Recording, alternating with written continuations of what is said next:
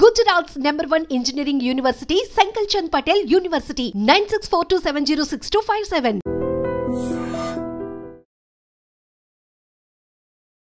So welcome back to the latest episode with Rahul Reddy Garu, the immigration lawyer, and he's practicing law from since 30 years. So right now OPT నుంచి STEM నుంచి H1Bకి మారే వాళ్ళ situations ఏ విధంగా ఉండబోతున్నాయి యూఎస్లో అనేది తెలుసుకుందాం. Hi sir. Sir I'm very fine sir, and how are you sir? Good. So upcoming మార్చ్లో H1Bకి సంబంధించిన లాటరీస్ అవి ఉండబోతున్నాయి కాబట్టి వాటి గురించి డిస్కస్ చేద్దాం. సో ఓపీటీ అండ్ స్టెమ్ నుంచి ఎవరైతే H1B కోసం వెయిట్ చేస్తూ ఉంటారో లాటరీ టైంలో వాళ్ళ మీద ఎఫెక్ట్ ఏ విధంగా ఉంటుందంటారు? ఇప్పుడు మనకు కొత్త H1B రెగ్యులేషన్స్ వచ్చినాయి. దాని ద్వారా ఏమైందంటే థర్డ్ పార్టీ ప్లేస్మెంట్ అనేది కొద్దిగా స్ట్రిక్ట్ అయిపోయింది. అదొకటి. ఇంకోటి ఏంటంటే మనకు లాస్ట్ ఇయర్ H1B కోటాను మొత్తం ట్రాన్సాక్షన్ చేసిండ్రు. అంటే అంతకుముందు 7-8 years నుంచి ఎట్లుండే అంటే అంతకుముందు 3-4 years ఎట్లుండే అంటే ఒక 10 కంపెనీల నుంచి కూడా కొందరు ఫైల్ చేసిండ్రు, ఫ్రాడ్లెంట్ ఫైలింగ్స్ అయ్యి. అంటే ఒకవేళ కనుక కొన్ని జాబ్స్ ఉంటే 10 కంపెనీల నుంచి ఫైల్ చేసిన ఉన్నారు. అయితే ఇప్పుడు లాస్ట్ ఇయర్కి వచ్చేమటికి ఏమైందంటే నీకు ఒకవేళ కనుక 10 కంపెనీలు ఫైల్ చేసినా కూడా శ్రీనివాసరావు అన్నతను మాత్రం ఒకటే కాబట్టి అతనికి ఒకటేసారి లాటరీ వచ్చే ఛాన్స్ ఉంటుంది. అతని బిల్లుని 10 సార్లు బెటరు. ఓకే, మనం అప్పుడప్పుడు పెడతాం కదా, చిన్నప్పుడు పెట్టినప్పుడు మన పేరు ఇచ్చి పెడతాం. మన పేరు ఎక్కువ రాయాలంటే ఏం చేస్తాం, 10 సార్లు రాసి అనలేస్తాం. అటువంటి అలౌడ్ లేదన్నట్టు. ఇప్పుడు ఎన్నిసార్లు రాసినా కానీ ఒకటే చిట్టి ఆ శ్రీనివాసరావు గారి పేరుతోటి ఒకటే చిట్టి పోతుంది. ఆ చిట్టి ద్వారా అది లాస్ట్ ఇయర్ ఇంప్లిమెంట్ చేసినారు. ఇప్పుడు కొత్త రెగ్యులేషన్స్ ప్రకారం ఏం చేసినంటే దాన్ని రెగ్యులేషన్స్ ద్వారా చేయబట్టి ఏమైనా కోర్టుల కేసులు కానీ వాటిని ఎదుర్కోవడానికి ఈజీ అవుతాయని చెప్పి వాళ్ళు రెగ్యులేషన్ ద్వారా పోయినరు.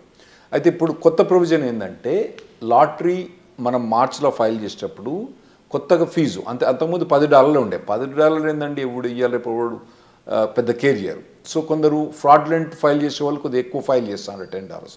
ఇప్పుడు దాన్ని $215 చేసినట్టు. సో కొంచెం ఫిల్టర్ చేయడానికి, కొద్దిగా ఫిల్టర్ చేయడానికి చేసినట్టు. అసలు మేము ఈ రెగ్యులేషన్స్ పాస్ చేసేటప్పుడు మేము ఏమైనా అడ్వైజ్ చేసినామంటే అసలు మొత్తం లాటరీ చేసేటప్పుడు మొత్తం ఫైలింగ్ ఫీజే తీసుకోండి.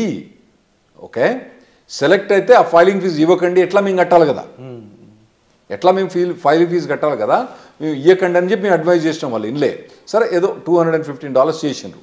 సో ఇప్పుడు కొత్తగా ఓపీటీ నుంచి స్టెమ్ ఎక్స్టెన్షన్ నుంచి ఉన్న వాళ్ళు ఇప్పుడు మార్చ్ అంటే మనకు దగ్గరకు వచ్చింది. ఇప్పుడు ఆల్మోస్ట్ డిసెంబర్ అయిపోతూనే ఉంది.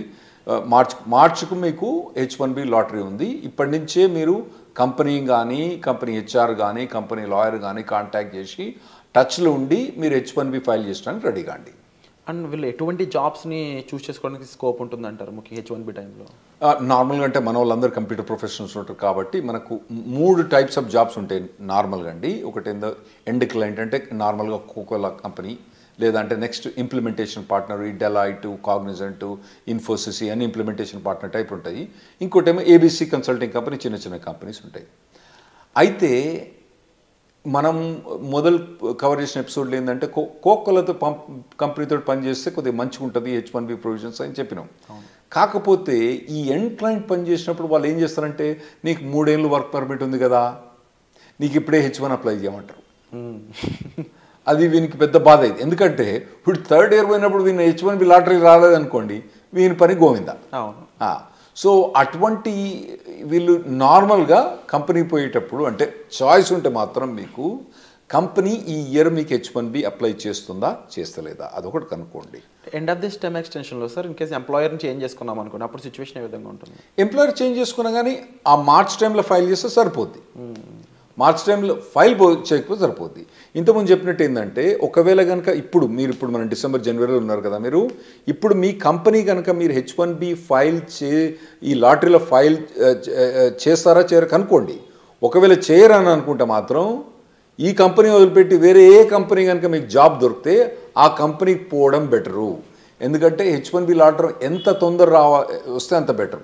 ఎందుకంటే మనం లాస్ట్ 10 years నుంచి చూస్తున్నాం కదా, H1B లాటరీ అనేది కష్టమవుతుంది రావడం. ఓకే, ఇది లాటరీలో రావడం చాలా కష్టమవుతుంది. పోతానా కొద్ది ఇంకా పర్సంటేజ్ ఛాన్సెస్ తగ్గిపోతున్నాయి.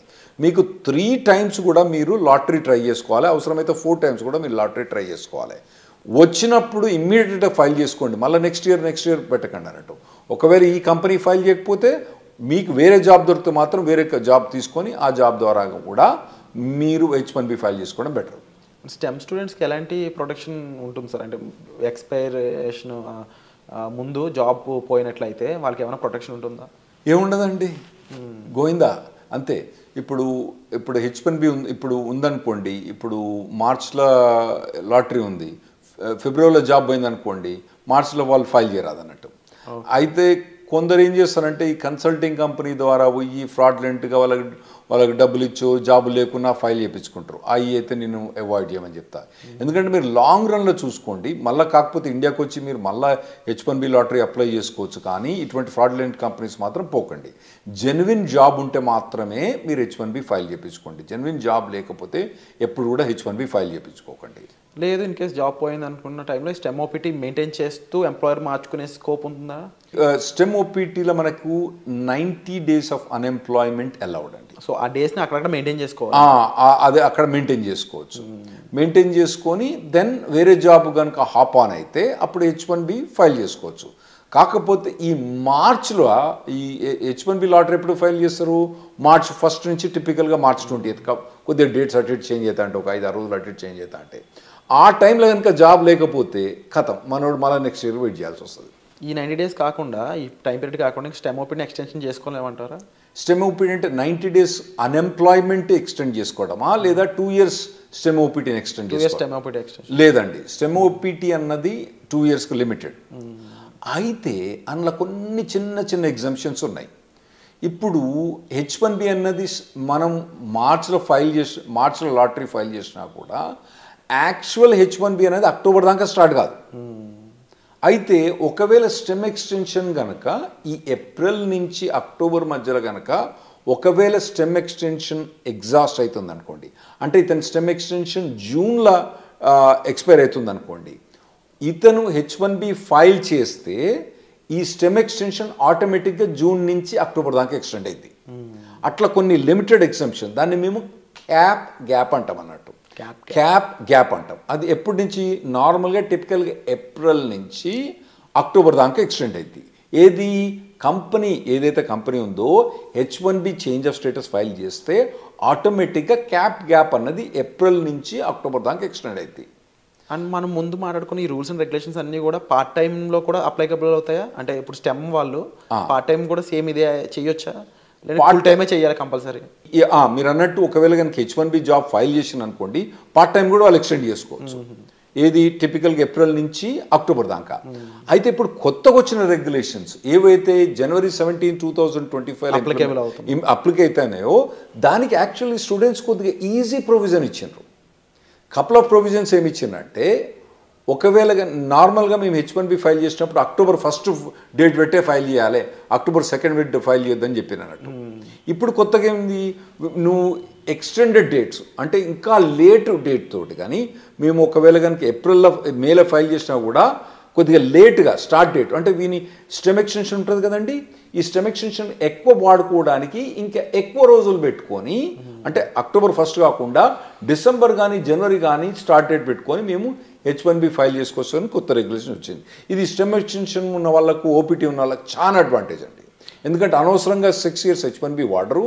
ఇంకోటి ఏంటంటే వీళ్ళకు ఓపీటీ స్టెమ్ ఎక్స్టెన్షన్స్లా వీళ్ళకు 7% ఇన్కమ్ ట్యాక్స్ రిబేట్ వస్తుంది.